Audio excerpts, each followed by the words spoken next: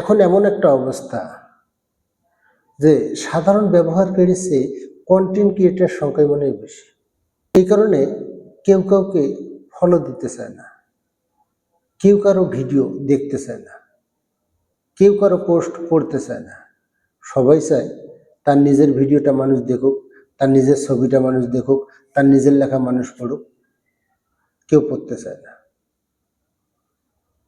আমি সেদিন 5 মিনিটের একটা ভিডিও আপলোড করলাম।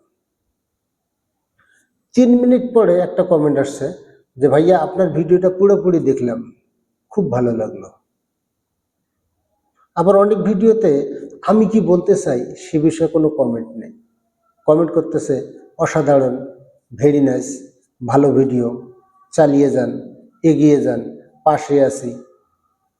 আমি একটা ভিডিও বানাই কিছু কথা বলার জন্য, কিছু বোঝানোর জন্য, আর কমেন্ট আসে এগুলো। তার মানে কি ওনারা ভিডিওটা দেখতেছে না, শুধু ভিডিওটা হয়তো প্লে করতেছে বা প্লে করা ছাড়াই একটা কমেন্ট করে চলে যাচ্ছে।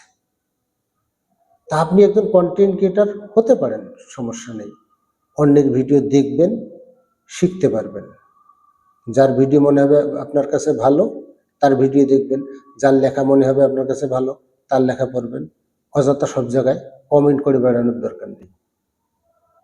আপনি যতটুকু সময় পাবেন মনোযোগ দিয়ে ভিডিও দেখবেন, শুধু কমেন্টের সংখ্যা বাড়ানোর জন্য কমেন্ট করিয়েন না।